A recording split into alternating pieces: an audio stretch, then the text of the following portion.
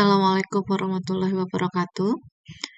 Pada kali ini saya akan melanjutkan pembahasan tentang pengertian etika. Apa itu etika?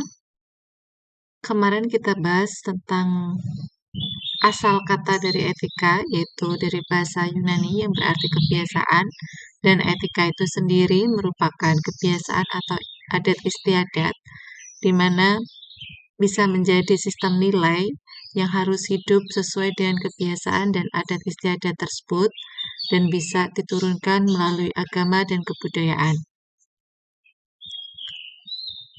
Ada beberapa etika, salah satunya adalah etika profesi yang merupakan kode etik yang harus diberlakukan untuk profesi tertentu. Dan profesi itu sendiri adalah suatu moral community atau masyarakat moral yang memiliki cita-cita dan nilai besar, dan suatu profesi disatukan umumnya berdasarkan latar belakang pendidikan, profesi atau keahlian tertentu yang menunjukkan arah moral suatu profesi. Karena setiap profesi mempunyai tanggung jawab khusus melalui kode etik kepercayaan masyarakat akan suatu profesi yang dapat diperkuat.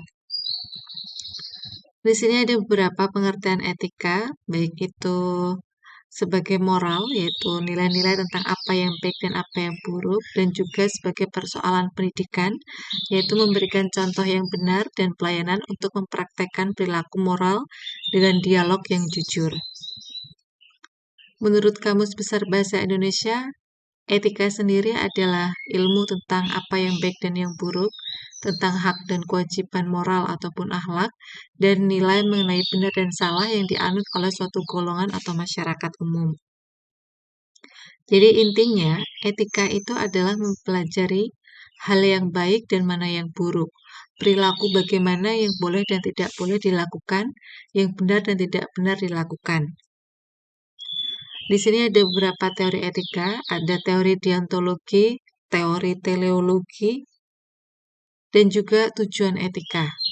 Beberapa tujuan etika yaitu mempelajari perilaku, baik moral ataupun immoral, kemudian menilai praktik manusiawi dan memberikan pandangan tentang bagaimana bertindak secara moral pada situasi tertentu.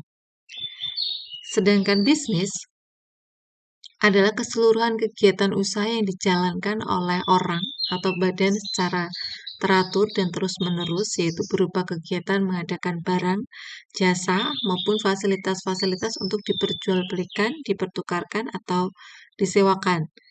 Sedangkan menurut Kamus Besar Bahasa Indonesia, bisnis itu sendiri adalah usaha dagang, usaha komersial dalam dunia perdagangan. Jadi kesimpulannya adalah bisnis merupakan suatu kegiatan yang rutin dilakukan karena dikatakan sebagai suatu pekerjaan, mata pencaharian, bahkan suatu profesi. Bisnis juga merupakan aktivitas dalam perdagangan dilakukan dalam rangka memperoleh keuntungan atau laba dan dilakukan baik oleh perorangan maupun suatu badan usaha. Sedangkan pengertian etika bisnis, suatu proses dan upaya untuk mengetahui hal-hal yang benar dan salah, yang selanjutnya tentu melakukan hal yang benar berkenaan dengan produk pelayanan perusahaan dengan pihak yang berkepentingan dengan tuntutan perusahaan. Mempelajari kualitas moral kebijaksanaan dalam berorganisasi, konsep umum dan standar untuk perilaku moral dan bisnis, berperilaku penuh tanggung jawab dan bermoral.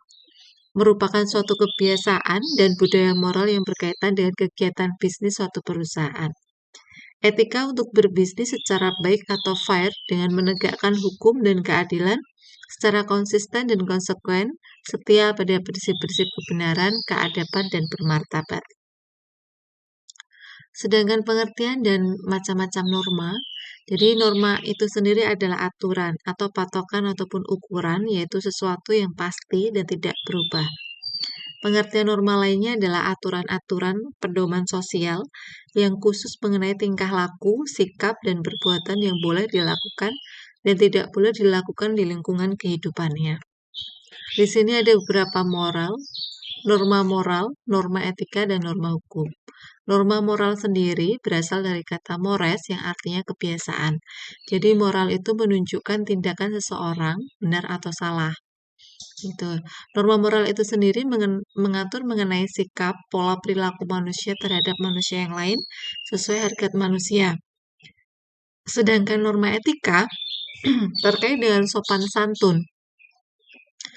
Etika berperilaku bagaimana caranya melakukan segala sesuatu secara terhormat, dengan hormat, menghargai keberadaan orang lain, bermanfaat timbal balik, tidak menyinggung perasaan, dan tidak menyakiti hati orang lain. Norma hukum adalah norma yang mengatur perilaku yang boleh dan tidak untuk dilakukan, yang diasosiasikan dan disepakati masyarakat demi keselamatan dan kesejahteraan individual maupun kelompok dalam kehidupan masyarakat. Nah, di sini ada prinsip-prinsip etika, ada prinsip otonomi yang artinya berdasarkan tuntunan hati nuraninya, kesadarannya sendiri mengenai suatu kebaikan untuk diberikan kepada orang lain. Prinsip kejujuran, yaitu dalam setiap tindakan atau ikatan bisnis merupakan keutamaan. Kejujuran itu diperlukan dalam pemenuhan syarat-syarat perjanjian kontrak dalam segala hal dan sangat penting bagi seluruh pihak. Prinsip keadilan, jadi tindakan memberikan keadilan terhadap keterlibatan semua pihak dalam bisnis merupakan praktek keutamaan. Jadi adil berdasarkan proporsinya masing-masing.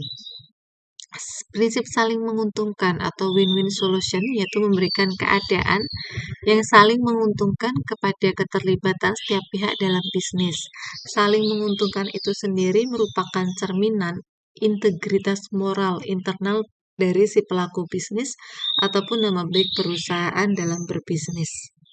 Nah, di sini ada beberapa ada grafik tentang etika bisnis yang masuk di dalam perusahaan. Itu akan adanya etika bisnis dalam perusahaan itu akan memberikan keuntungan bagi komponen-komponen bisnis, baik investor, konsumen, pegawai, kreditur, atau pesaing.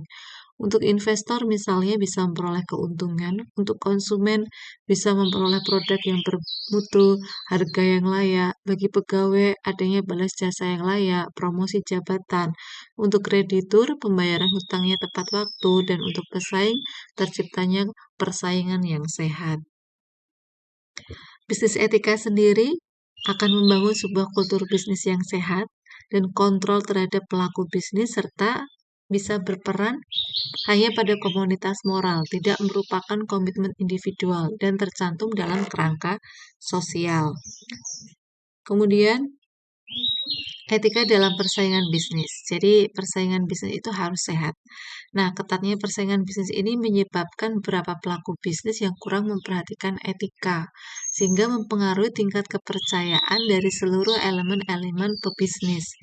Nah, saling menjaga kepercayaan dan kerjasama akan berpengaruh besar terhadap reputasi perusahaan, baik dalam lingkup mikro maupun makro.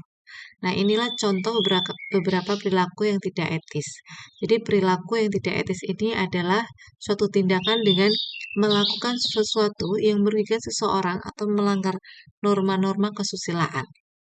Nah, faktor yang menyebabkan perilaku tidak etis di tempat kerja atau di tempat berbisnis itu adalah yang pertama, sasaran penjualan atau budget ataupun laba yang tidak realistis, kemudian ketiadaan hubungan, artinya tidak ada komunikasi yang baik misalnya antara bawahan dengan atasan, personal financial worries, jadi ada kekhawatiran terhadap kondisi keuangan, dan balancing work antara family, artinya kondisi seorang pebisnis, kondisi kerjanya dengan kondisi keluarganya tidak balance sehingga menimbulkan gap atau masalah dalam saat melakukan bisnis. Kemudian komunikasi yang kurang baik. Nah, ciri-ciri pelaku yang tidak etis, tidak ada pengendalian diri, kurangnya pengembangan tanggung jawab sosial, dan menciptakan persaingan yang tidak sehat. Hanya berpikir untuk diri sendiri, jadi hanya memikirkan keuntungannya sendiri tanpa memikirkan risiko atau efek yang akan ditimbulkan dari tindakan-tindakannya. Tidak merasa memiliki terhadap apa yang telah disepakati. Jadi hanya berpikir bahwa keuntungan, dan keuntungan. Tidak jujur dan tidak ada ketidakadilan. Ini adalah beberapa contoh kasus etika bisnis yang bisa dipelajari dan disimak, dibaca kembali. Oke, Untuk pengertian etika bisnis sampai di sini, semoga bisa membantu dalam Anda belajar mandiri atau belajar online di rumah. Terima kasih. Assalamualaikum warahmatullahi wabarakatuh.